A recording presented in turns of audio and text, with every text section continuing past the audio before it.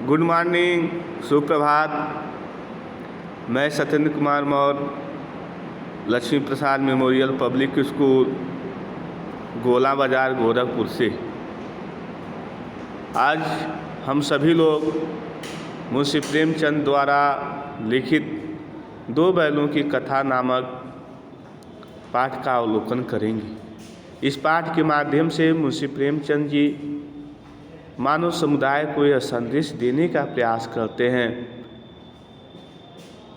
कि जानवरों में सबसे बुद्धिहीन समझे जाने वाले जानवर अर्थात बैल, वह जब गुलामी की या स्वतंत्रता को स्वीकार नहीं करते हैं तो हम सभी लोग तो इस संसार के सबसे बुद्धिमान जानवरों, बुद्धिमान जीवों में हमारी गणना होती है। ऐसे स्थिति में मुंशी प्रेमचंद जी यह बताने का प्रयास करते हैं जिस प्रकार से जानवर आज़ादी के लिए हमेशा जद्दोजहद रहता है, संघर्ष करता है, उसी तरह से हमें भी अपनी स्वतंत्रता के लिए, अपनी आज़ादी के लिए हमेशा संघर्ष करना चाहिए।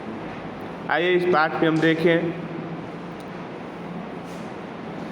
कि मुंशी प्रेमचंद जी ये बताने का प्रयास करते हैं कि जानवरों में सबसे ज़्यादा बुद्धिहीन समझा जाता है तो वह होता है गधा। जब हम किसी आदमी को पहले दर्जे के बेवकूफ़ नामक शब्द की संज्ञा देते हैं, कहते हैं ना, तुम बहुत गधे हो। गधा सचमुच में बेवकूफ़ है या उसके सीधेपन, उसकी निरापद सहिष्णुता ने उसे पदवी दे दी है? हम ये तो नहीं कह सकते गधा वास्तविक रूप से सबसे बेवकूफ़ है या उसका सीधापन ही उसको बेवकूफ़ बना दिया है या उसके निरापद यानी बिना पद की सहिष्णुता ने उसे यह पदवी दे दी है। इसका निश्चय नहीं किया जा सकता, इसका तो निश्चय हम नहीं कर सकते। गाय सींग मारती है, कहते हैं गायों को हम ज़्यादा परेशान करें तो सींग मारती हैं। ब्याई हुई गाय, यदि कोई गाय बच्चा दी है, यदि उसकी हम बछिया या बछड़े को पकड़ें तो अनायास बिना कारण ही गाय जो है सिंघनी का रूप धारण कर लेती है। कुत्ता भी बहुत गरीब जानवर है। जानवरों में हम देखें तो जो कुत्ता है वह भी बहुत गरीब जानवर है, लेकिन कभी कभी उसे भी क्रोध ही आ ही जाता है, किंतु गधे को कभी क्रोध करते नहीं। लेकिन गधे को हमने कभी भी क्रोध करते हुए नहीं सुना, न देखा।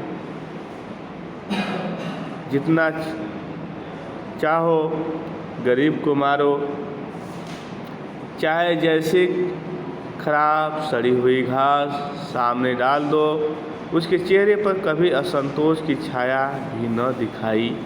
ठीक, गधा जितना मारो, जितना चाहो उतना काम लो, और इतना ही नहीं कि जैसी भी सूखी सड़ी हरी किसी प्रकार की घास उसके सामने डाल दो, वह उसके चेहरे पर कभी भी उसका प्रतिकार नहीं होता है। इस तरह से बैसाख में चाहे एक आध बार कुलेल कर लेता हो, बैसाख महीना हो चाहे एक आध बार कुलेल कर लेता हो, पर हमने तो उसे कभी खुश होते नहीं देखा। कहते कुलेल करना मतलब धूल में लौटना। गधा बैसाख के महीने में कभी कभार कुलेल कर लेता है, अर्थात धूल में लौटने लगता है, और इस तरह से वह अपने शरीर की गर्मी को बिता लेता है। पर हमने तो उसे कभी खुश होते नहीं देखा, लेखक बताते हैं यानी मुंशी प्रेमचंद जी बताते हैं, हम गधे को कभी खुश होते हुए नहीं देखे। उसके चेहरे पर एक विषाद अस्थायी रूप से छाया रहता है। विषाद मतलब होता है दुख।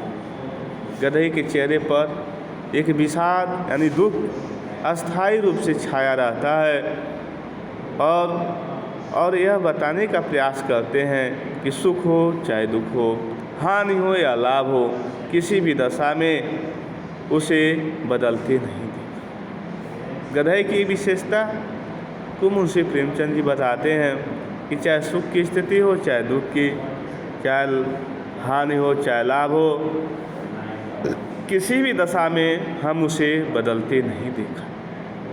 ऋषियों मुनियों के जितने गुण हैं वे सभी उसमें पराकाष्ठा को पहुँच गए हैं। ऋषि मुनि के जितने भी गुण हैं वह सभी उसके पराकाष्ठा में यानी सर्वोच्चता में विद्यमान है। पर आदमी उसे बेवकूफ़ कहता है, लेकिन आदमी गधे के इस गुण को बेवकूफ़ की संज्ञा देता है। आगे वो बताते हैं, सद्गुणों का इतना अनादर कहीं नहीं देखा। ये तो उसके सद्गुण हैं, गंभीर रहना, असंतोष न व्यक्त करना, ये तो उसके सद्गुण हैं, फिर भी उसका अनादर हमने कहीं और नहीं। कदाचित सीधापन संसार के लिए उपयुक्त नहीं। कहते कदाचित जो सीधापन है वह संसार के लिए उपयुक्त नहीं है। देखिए ना भारतवासियों के अफ्रीका में क्या दुर्दशा हो रही है। कहते देखिए जो भारतवासी जो अपने सीधेपन के कारण जो अपने सीधेपन के कारण उनके कहाँ दूसरा पीरियड कहाँ है? दूसरा पीरियड ये है किस क्लास में? 9C। दूसरा पीरियड